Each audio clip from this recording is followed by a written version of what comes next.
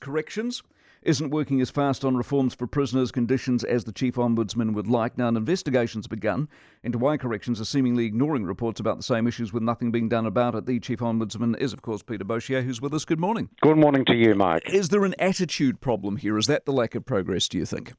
I think that is one of the factors, actually. There are two things really driving my deep dive investigation here, Mike. The first is that I just look at the number of repeat recommendations I make, which don't seem to get easy traction. And then you couple that with some pretty high profile incidents lately, particularly at Auckland Women's Prison. I just worry about some aspects of attitude and culture and practice, yes. Do you get access and get your answers you want? Are you able to do that? Do you have the authority and power to achieve that?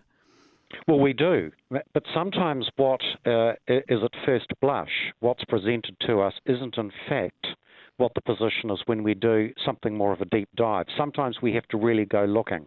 So the answer to your question is we do quite lengthy inspections and are able to access everything. That's what the law enables us to do. It sometimes takes a while for us to unearth what's actually happened. One of the problems with the law, though, is once you've made your recommendation, people can ignore it, and clearly they are. I think that is an issue, and I want the gravitas of the Office of the Ombudsman to be such that when we do make recommendations, they're considered and they're proper. And I don't think it's good for the integrity of the office or our whole system if recommendations are accepted and then not implemented. So this is me wanting to find out why traction is so difficult to get. It's me trying to understand why this agency doesn't imbue the confidence that I'd like it to. Is there an air of antagonism about it? Is it kind of like, we're going to stick it up Pete and he can ask for what he wants, we're not doing it?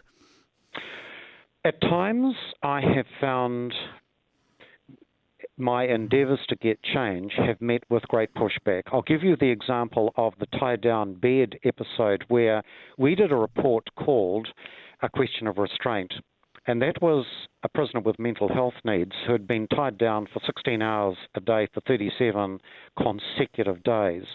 And initially corrections said there was no choice. To keep that prisoner safe, that was their obligation.